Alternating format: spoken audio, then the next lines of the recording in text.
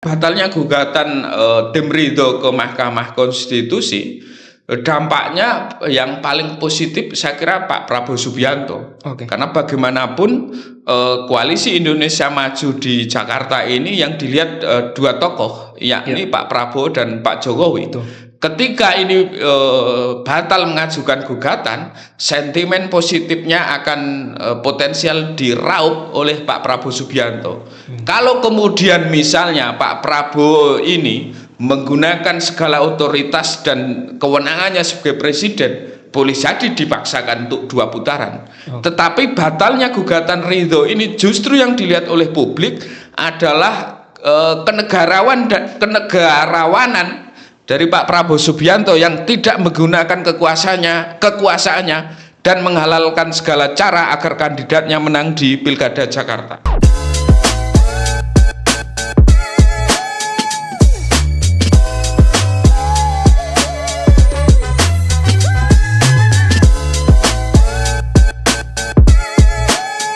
Kembali lagi di podcast Data Kita, Data Untuk Kita. Pada episode kali ini kita akan mengulas soal isu yang sangat hangat ya. Beberapa dari tag ini 1 hari yang lalu lah. Terkait dengan batalnya tim Ridwan Kamil, Suswono dan juga Dharma Pongrekun, Kunwardana soal rencana gugatan mereka tentang hasil Pilkada DKI Jakarta 2024. Ditemani dengan Mas Arief. Selamat malam waktu tapping Mas Arief. Malam Mas. Mas Arief, kita tahu bahwa Mas di beberapa hari lalu ya Mas ya. Tim Ridho dan tim Dharmakun sibuk dengan narasi soal ingin menggugat hasil pilkada Mas Arief. Bahkan timnya Ridho statement bahwa mereka sudah mengantongi hasil-hasil atau bukti-bukti kejanggalan seperti itu, yang mana itu akan disampaikan ke Mahkamah Konstitusi. Namun kita tahu bahwa tepat 11 Desember lalu itu hari terakhir, dan sekarang 12 Desember artinya bahwa tidak ada upaya untuk menggugat hasil pilkada oleh tim 01 ataupun 02. Nah, kira-kira apa Mas Arief di balik itu, dan mengapa itu justru nggak terjadi, nggak kayak mereka tuh semangat untuk menggugat gitu Mas? Ya, terkait batalnya tim Ridho untuk menggugat hasil Pilkada DKI Jakarta di Mahkamah Konstitusi, tentu perlu kita lihat berbagai latar belakang politik mengapa tim Ridho yang pada awalnya menggebu-gebu bersemangat untuk menggugat ke MK batal mengajukan gugatan. Kalau kita lihat pada awal-awal keinginan untuk menggugat, tim Ridho ini beralasan bahwa pilkada kemarin banyak kecurangan dan sudah mengumpulkan bukti-bukti kecurangan tersebut yang dalam klaim mereka ini bisa mengubah hasil pilkada. Kedua, kita lihat juga alasan mereka, tim Ridho, bahwa partisipasi politik masyarakat Jakarta itu sangat rendah. Karena itu mereka mengajukan gugatan ke MK. Meski pada akhirnya gugatan yang akan diajukan MK itu batal, tentu karena pertimbangan-pertimbangan dan dinamika politik. Misalnya, jika memang diajukan gugatan ke MK, apakah potensi keberhasilan dikabulkan oleh MK itu tinggi? Kalau kemudian itu potensinya rendah, tentu akan sia-sia secara politik.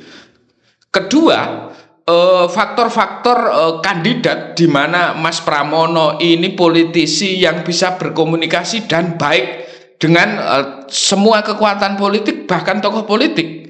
Dia baik dengan Pak Jokowi, dia baik dengan Pak Prabowo, dia baik dengan petinggi-petinggi ketua umum partai koalisi Indonesia Maju.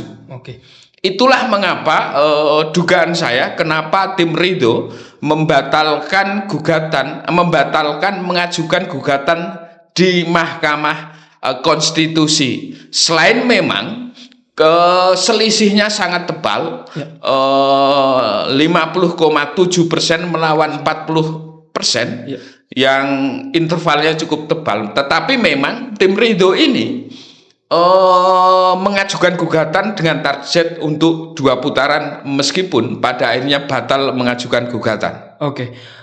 Mas Arief, sebelum kita bahas soal pengajuan gugatan dan posisi RK Suswono seperti Mas Arief, apakah Mas Arief melihatnya narasi-narasi yang dilontarkan oleh tim pemenangannya Ridho itu justru condong ke dalam mendelegitimasi hasil pilkada, Mas? Karena dia banyak bilang bahwa ya tadi partisipasinya rendah, katanya C6-nya atau surat panggilannya tidak diberikan, terus juga KPU Bawaslu disalahkan karena kinerjanya yang buruk atau kinerja yang kurang baik seperti itu. Apakah itu juga menjadi cara atau menjadi strategi untuk mendelegitimasi hasil suara kemarin, Mas? Ya, pada awalnya ketika masih bersemangat untuk menggugat ke Mahkamah Konstitusi, tentu tim Ridho dalam tanda petik mencari-cari kesalahan atau mencari basis argumentasi untuk mengajukan ke Mahkamah Konstitusi. Kita lihat misalnya komentar terkait mereka telah mengumpulkan bukti kecurangan di beberapa TPS. Kedua, soal partisipasi politik seperti yang saya sampaikan di atas, bahwa partisipasi politik di Pilkada Jakarta rendah. Tentu kalau kemudian itu sebagai basis argumentasi, tentu berlaku juga di banyak tempat lain, misalnya di Pilkada Jawa Tengah, Pilkada Jawa Barat, Pilkada Sumatera Utara, yang itu dimenangkan koalisi Indonesia Maju.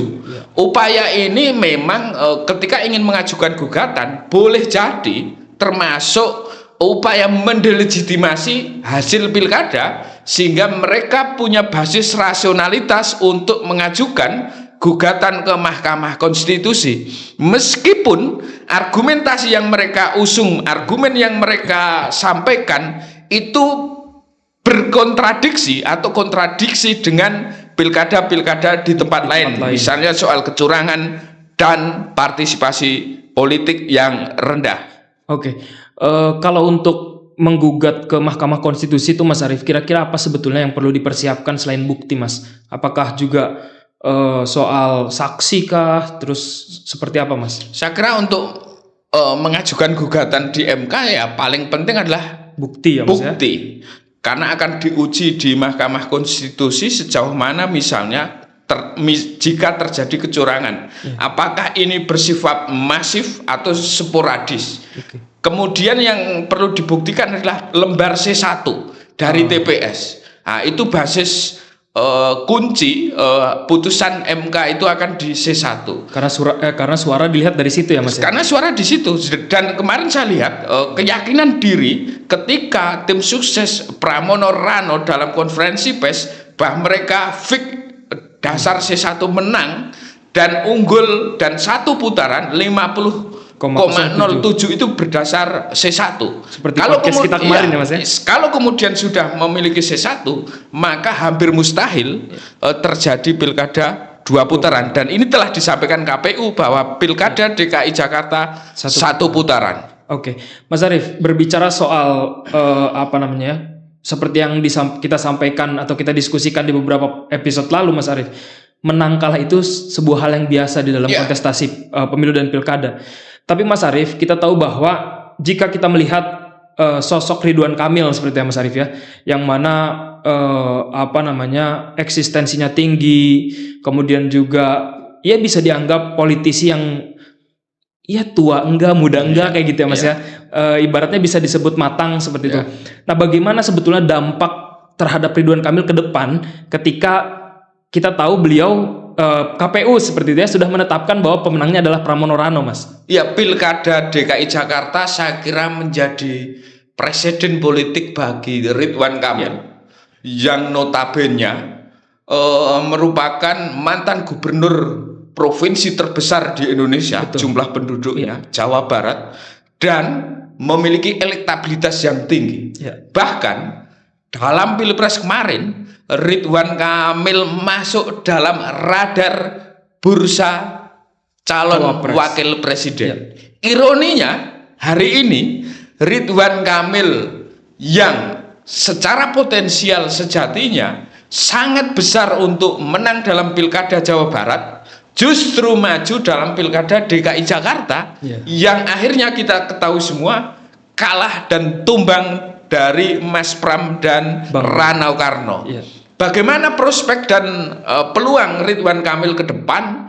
Tentu Ridwan Kamil perlu melakukan reposisi, mengingat hari ini basis kantong suara, basis pemilihnya di Jawa Barat sekarang kita tahu yang menang Kang Deddy Mulyadi dengan tingkat elektabilitas kemenangan telak sangat jauh, dan karena itu secara basis massa saya kira perlahan tapi pasti akan menghilang. Apalagi dalam kultur pemilih masyarakat Indonesia, seorang tokoh yang tidak memiliki jabatan publik biasanya pelan atau pasti akan meredup. Disinilah titik krusial Ridwan Kamil tidak memiliki panggung politik berupa jabatan publik.